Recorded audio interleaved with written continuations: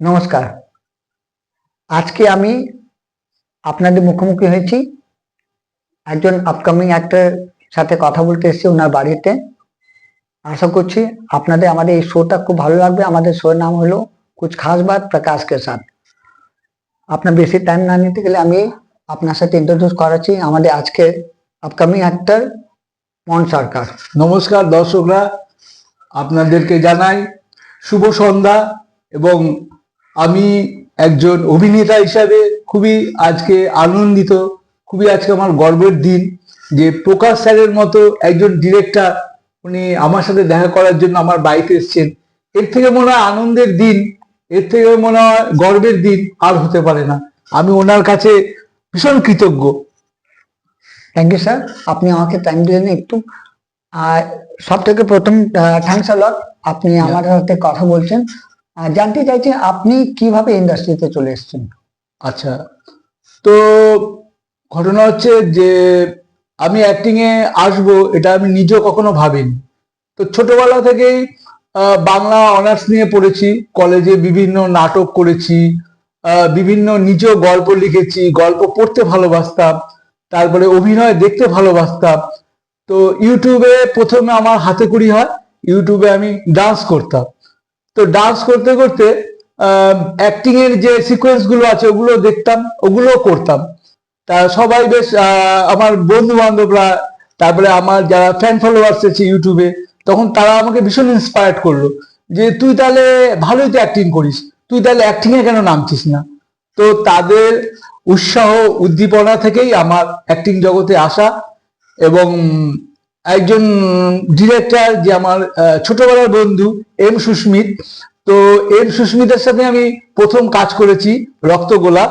ওই বইটা দিয়ে আমার জীবনের হাতেখড়ি শুরু হয় স্যার। আচ্ছা, আপনি এখন পর্যন্ত কোনটা কাজ করেছেন, মানে short film, feature film, video album? আমি এখন পর্যন্ত শর্ট ফিল্ম করেছি হচ্ছে দুটো বই আমার চলছে।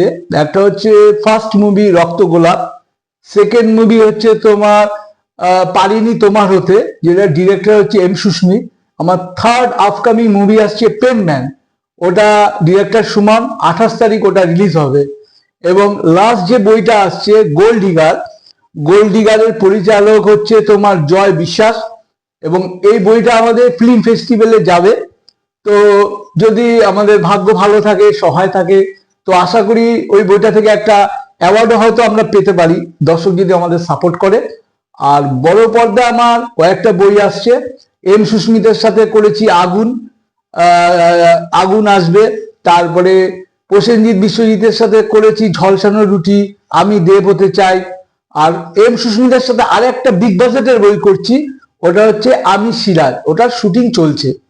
আচ্ছা স্যার, ফিল্ম ইন্ডাস্ট্রিতে অনেক জায়গায় নেপোটিজমের ব্যাপার আছে। আপনি যেটা বললেন আপনার ছোটবেলা বন্ধু এম সুফি, তার জন্য কি আপনি কাজ পাচ্ছেন ইন্ডাস্ট্রিতে, বা তার ছাড়া আপনার অনেক জায়গায় কাজ আছে? দেখুন, নিজের ট্যালেন্ট না থাকলে কেউ কাউকে তুলতে পারে না জীবনে। একটা প্ল্যাটফর্ম বা একটা ব্যাকিং পেলেও নিজের যদি ট্যালেন্ট না থাকে, সেই মানুষ বেশিক্ষণ কোনো কাজে স্থায়িত্ব পাবে না এবং বেশি দিন টিকতেও পারবে না। তো কিছু তো ট্যালেন্ট নিজের থাকতেই হবে। হঠাৎ আপনি ফিল্ম ইন্ডাস্ট্রিতে আসবেন এরকম আগ্রহ হলো আপনার, বা আপনার আগে থেকে কোনো প্ল্যানিং ছিল? না না না, আমার এরকম কোনো প্ল্যানিংই ছিল না। তবে অভিনয়কে আমি ভীষণ ভালোবাসি, বিভিন্ন অ্যাক্টরদের বই দেখতে আমি ভীষণ পছন্দ করতাম। এবং কলেজ লাইফে আমি অনেক নাটক করেছি, অনেক গ্রুপ থিয়েটার করেছি কলেজ লাইফে।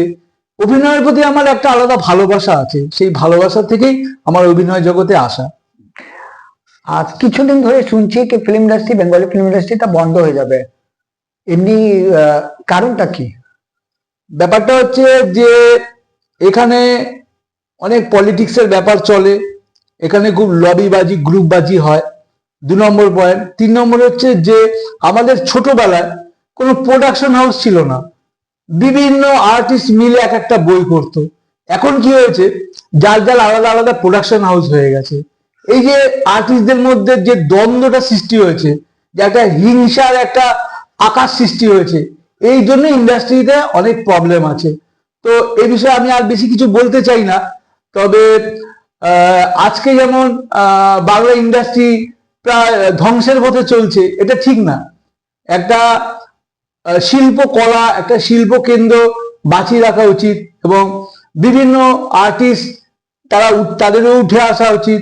এবং আরেকটা আমি কথা বলবো, যেটা শুনতে হয়তো খারাপ লাগবে, অনেক অনেক প্রোডাকশন হাউস আছে যাদের ট্যালেন্ট আছে, যারা ভালো অ্যাক্টিং করে, কিন্তু তাদের পয়সা নেই বলে, তারা প্রোডাকশন হাউসকে টাকা দিতে পারে না বলে তারা অ্যাক্টিং এর চান্স পায় না।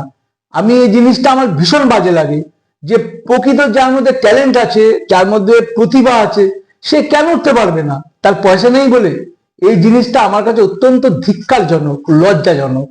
স্যার, আপনি অ্যাক্টিং লাইনে আসার জন্য কোনো ক্লাস, অ্যাক্টিং ক্লাস মানে কোনো কোর্স করে এসেছিলেন বা ডাইরেক্ট চলে আসতে হয়েছে? না, আমি কোনো অ্যাক্টিং কারোর থেকে শিখেও নি, কোনো কোর্সও করিনি।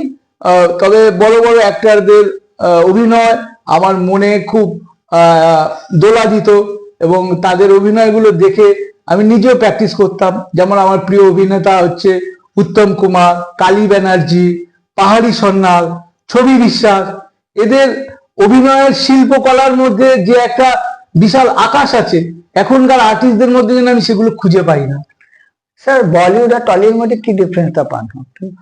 বলিউড একটা ব্যাপার হচ্ছে